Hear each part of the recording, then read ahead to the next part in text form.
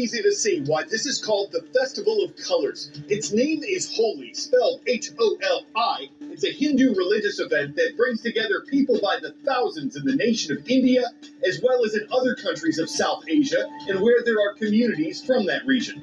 Holi signals the beginning of spring, a time of renewed friendships, and the triumph of good over evil, according to the Reuters news agency. The colors fly in either powdered or liquid form.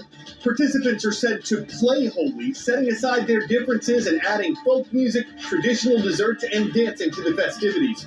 And because some of the synthetic dyes can irritate their skin and eyes, people at this temple are covered with natural ones made by soaking flowers in water. After the celebration concludes, Encyclopedia Britannica reports that the color-coded crowds clean up and visit friends and loved ones.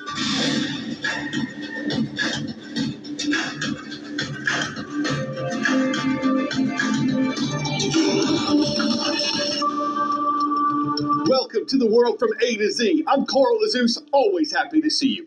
Next, new findings from the Pew Research Center on challenges facing American teenagers. Last fall, the U.S. think tank surveyed almost 1,400 students between ages 13 and 17. It found one big concern most had was getting good grades. 71% of girls and 65% of boys said it was their biggest source of pressure. When it comes to the problems teens face, the one cited the most often is anxiety and depression, with 30% saying this is common among their peers. What do they want out of life? 86% said it's very important to have a job they like. 69% said the same for having close friends, and 58% found it important to have a lot of money. But there was a gender divide on some issues. Most teenage girls, 55%, said they felt at least a fair amount of pressure to look good. 39% of boys felt that. But a larger share of males, 43%, felt burdened to be physically strong compared to 23% of females. And when it comes to college plans, 60% of girls said they were planning on a 4-year degree. That figure was 46% for boys, who were a little more likely to plan on working right away, going to a vocational school, or joining the military. The goals of the study included better understanding the hopes and needs of teenagers and potentially helping them more effectively. Word and ouch. In most cases, which of these diseases has an unknown cause? Sickle cell disease, measles, scoliosis, rickets. Researchers say that 80% of scoliosis cases are idiopathic, meaning their cause is unknown.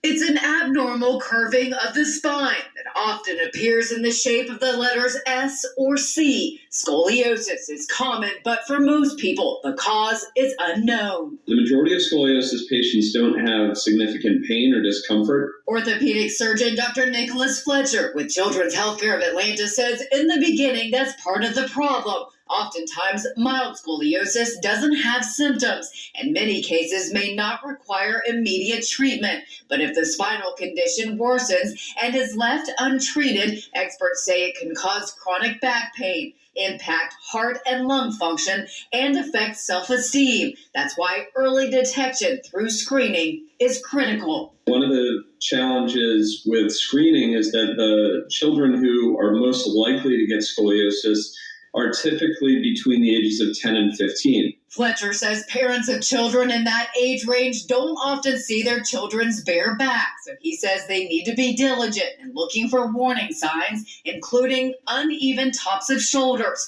one shoulder blade more prominent or visible than the other, one hip appearing higher, one side of the rib cage higher than the other when bending forward, or changes in the shape of the spine. We recommend screening in the 6th and the 8th grade because those are typically the times at which children are growing the fastest. I'm Mandy Gaither.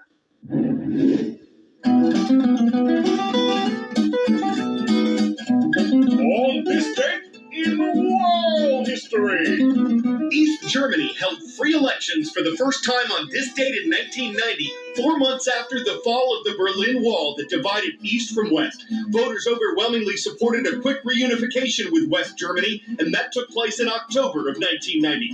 On March 18, 1965, a Russian cosmonaut became the first person ever to walk in space. Alexei Leonov's walk lasted around 10 minutes while he was tied to his Voskhod 2 spacecraft. 10 years later, he was the commander of the first joint space mission between the Soviet Union and the United States. And on this date in 1765, Britain repealed the Stamp Act on the 13 colonies of North America. It was put in place the year before to raise revenue for Britain by directly taxing newspapers, pamphlets, almanacs, playing cards, everything printed in the colonies. But the colonists' furious protests against taxation without representation led to the Stamp Act's repeal, though Britain restated its authority over the colonies. The seeds of the Revolutionary War were being sown.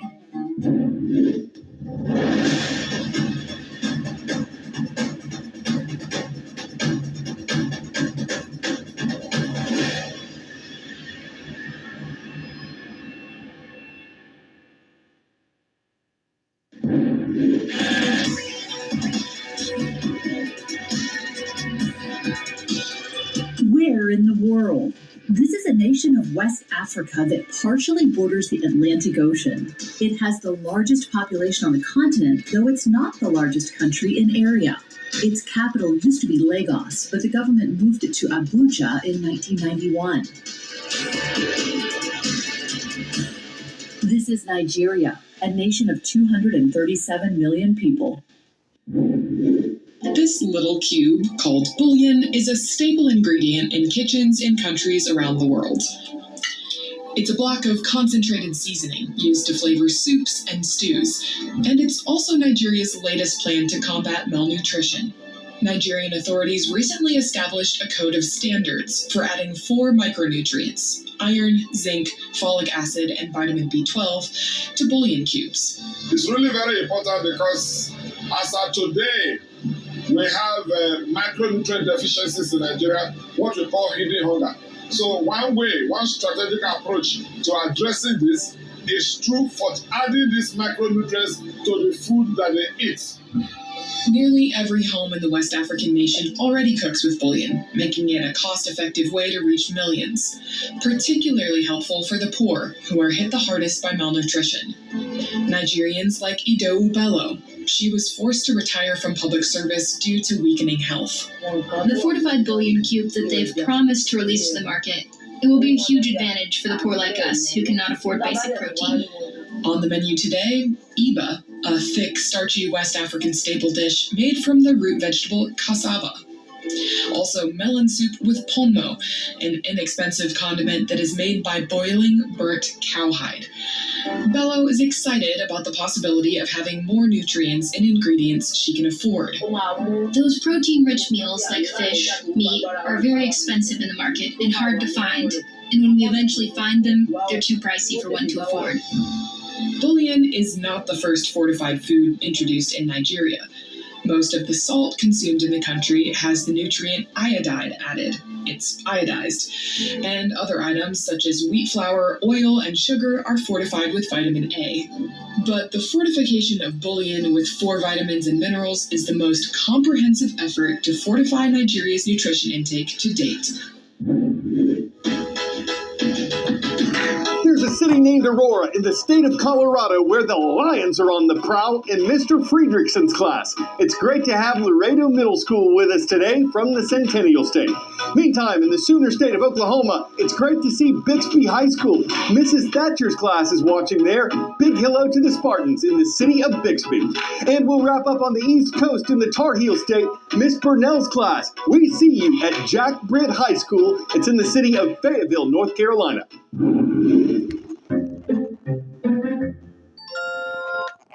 Fans of college basketball typically experience a bit of madness this time of year. To help them keep up when multiple games overlap, an American restaurant and sports bar chain has released, well, these. With a little steampunk flair, the goggles have 4 adjustable arms and 5 mirrors attached so that fans who hold their heads still enough can see a whole bunch of screens at once. They're on sale for $10 a pair, and while there's always a risk that bullies will call them nine-eyes, those whose hopes hinge on seeing everything off the glass, through the glass, in perfect bifocus will have every triple-double framed up within the brackets so that from the rim near the bridge to the rim near the net, their vantage points lends themselves to getting swishes come true. I'm Carl Azus. It means the world to have you watching the world from A to Z.